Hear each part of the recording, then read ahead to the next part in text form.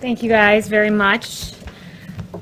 So the president is bringing back the hottest economy in modern history. Today's job numbers are proof. There were 1.4 million jobs added in August, beating expectations. Unemployment fell by 1.8%, also beating expectations. Now, nearly 50% of job losses since March have been reversed, a clear V-shaped recovery. Also, I want to address what is quite clearly fake news. The story in The Atlantic has been categorically debunked by eyewitnesses and contemporaneous documents.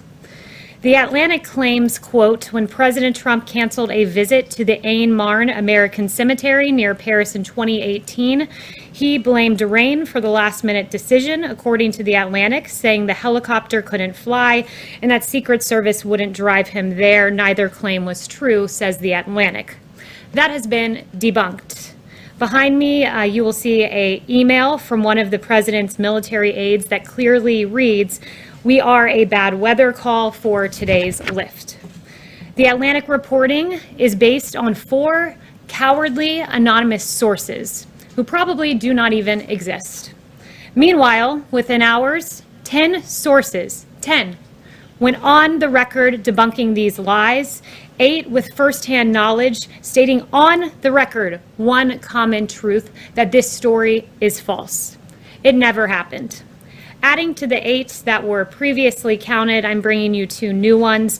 One is from Derek Lyons, staff secretary and counselor to the president, who says this: I was with the president the morning after the scheduled visit. He was extremely disappointed that arrangements could not be made to get him to the site and that the trip had been canceled.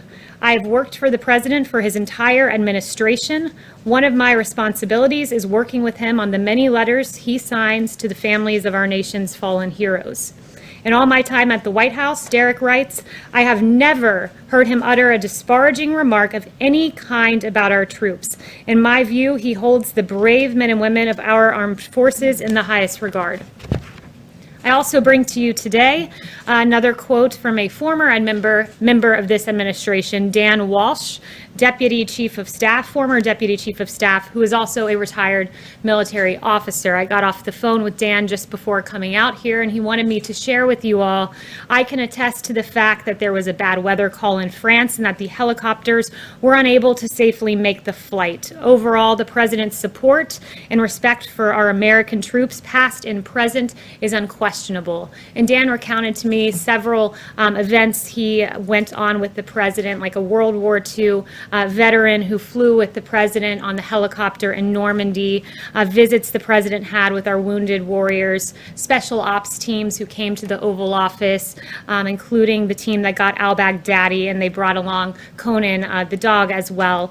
He met with families at the Army-Navy game. He does this routinely. And at the World Series, when he got an opportunity to go watch the Nationals, he brought veterans with him.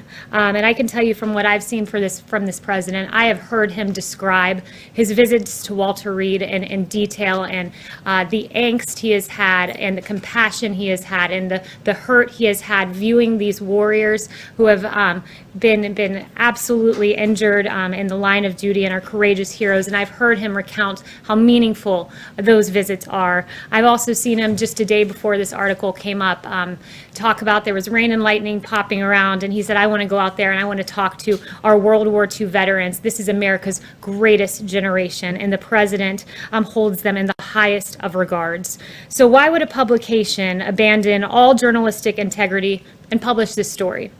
It's because the liberal activists at the Atlantic are uninterested in the truth, and they are only interested in peddling conspiracy-laden propaganda. Because here is the one truth. No one, and I mean no one, loves and cares for our servicemen and women as much as President Donald J. Trump. Thank you. Kayleigh, take any questions? Thanks for watching, and if you haven't already, please consider subscribing to our channel.